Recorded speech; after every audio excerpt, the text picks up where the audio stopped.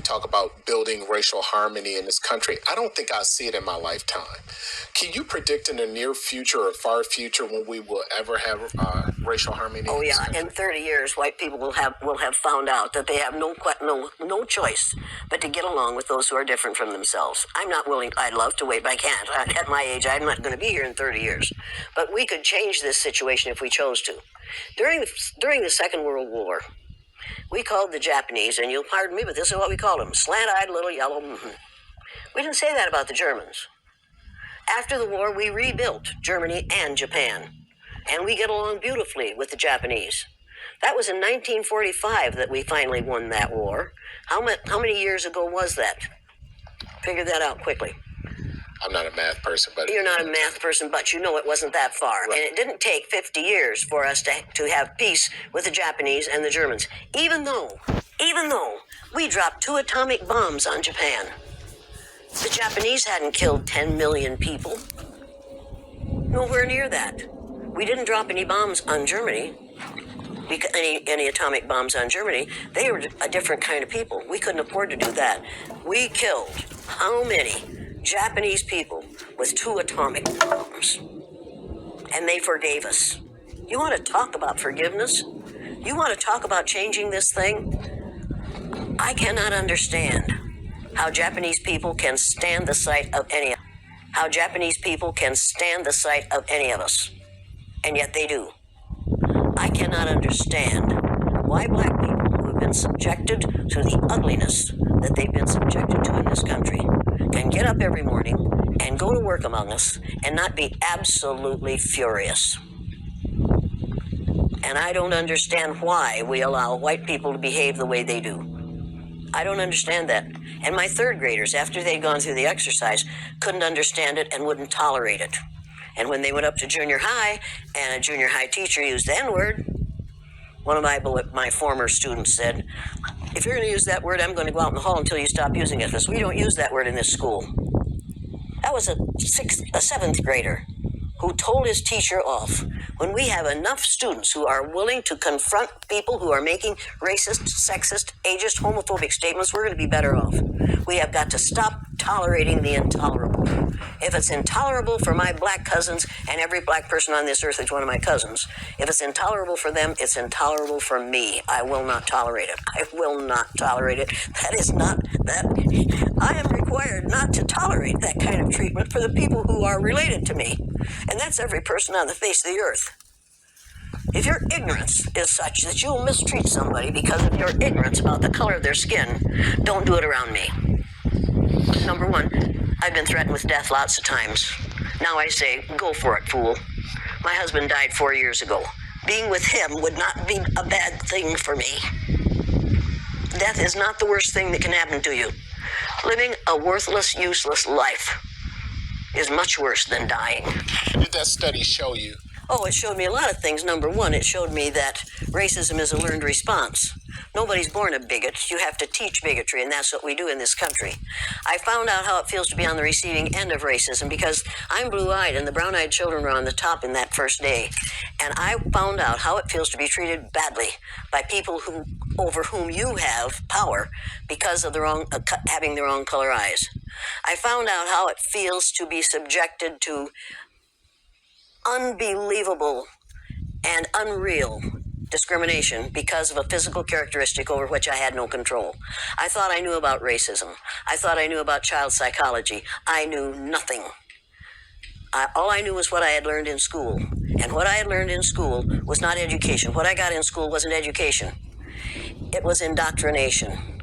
I was taught how to be a good American citizen. And in this country, we think that the only states of the United States.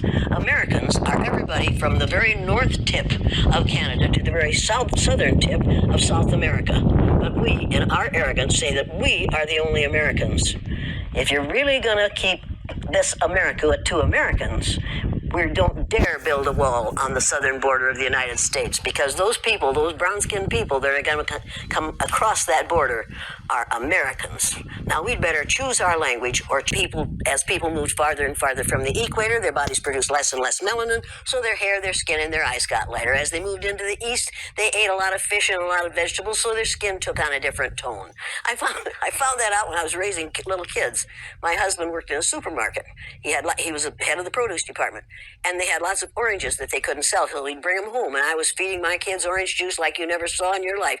They began to have an orange cast to their skin. I thought they had a liver problem. So I took him to the doctor, and she said, "What are you feeding these kids?" I said, "Well, lots of orange juice." She said, "Stop it if you want them to stop being orange." Now, if you think that skin color isn't anything other than the body's natural reaction to the natural environment, get over it.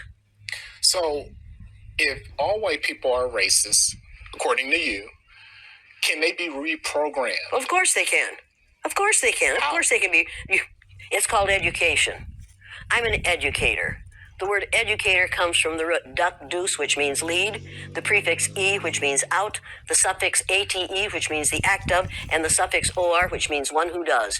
An educator is one who is engaged in the act of leading people out of ignorance. Now, I know you can change them. The second year I did the blue-eyed, brown-eyed exercise in my classroom, it was filmed by the Canadian Broadcasting Corporation. They gave me a copy of that film. I showed it to my father. My father was about 59 years old at the time. He's been a farmer all his life. He raised six kids, lost one. Raised six. Watched that film as a 59-year-old man. When it was over, he stood up, and with tears in his eyes, he took his red handkerchief out of the back pocket of his overalls, his bib overalls, and said, "I wish somebody had taught me that when I was 9 years old." Nobody had dare say to me, "This doesn't work. This is too harsh. This isn't necessary. You can't teach an old dog new tricks because they're wrong." You can teach an old dog new tricks. You can teach people to give up the myth of racism. Somebody taught the Greeks to give up the myth that the sun was a god in a golden chariot that went across the sky every morning. They believed that for hundreds of years. We have believed the myth of 3 or 4 races, different races in this country, for long enough. 572 years or something like that is enough of that. It was a lie to begin with, and it's a lie to... Trainer and human rights activist Jane Eliot. Now, we often hear about reverse racism now. There's no such thing as reverse racism. There's no such thing as reverse racism. You can only be a racist if you have the power to institutionalize what you're doing to people who are different from you. What we're calling reverse racism is natural reaction to being treated unfairly on the basis of somebody else's ignorance. Hey, what's up guys? Welcome and welcome back to this YouTube channel. This is the Unity Watch, where we advocate for all people's unity and more so the black people's unity. Now my people, in this video we are looking at, as you have seen from those clips, or rather that clip is that today we are looking at Jane Eliot, and she is a white lady who have chosen the path of defending the black people, you know, and she's coming out to say that she is not afraid. She's not afraid of anything. She's not afraid of the threats that she has been receiving for speaking for the black people, you know, or for raising issues that concerns the black people and the mistreatment that they receive from the white people. And some of the things that she says is that racism can end in United States. Racism can end in the world.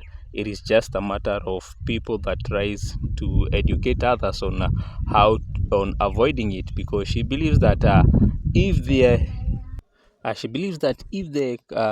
cruelty that existed between the United States and the Japanese came to an end, and it did not take even more than 100 years, but about 70 years it ended, she also believes that the animosity the injustices melted on the black people can also come to an end. And she believes that in about 30 years, if the people are committed, if the white people are committed and devoted in doing this, it can end, you know. And these are things that she have proven, these are things that she has done research, and she believes that the racial injustices that exist are there because of the institutions that perpetrates them, or the institutions that do nothing to end racial injustices and discrimination. So my people, thank you for watching this video. Make sure you give it a like, also share it, and let me know what you think about racism. Can it come to an end? See you in my next one.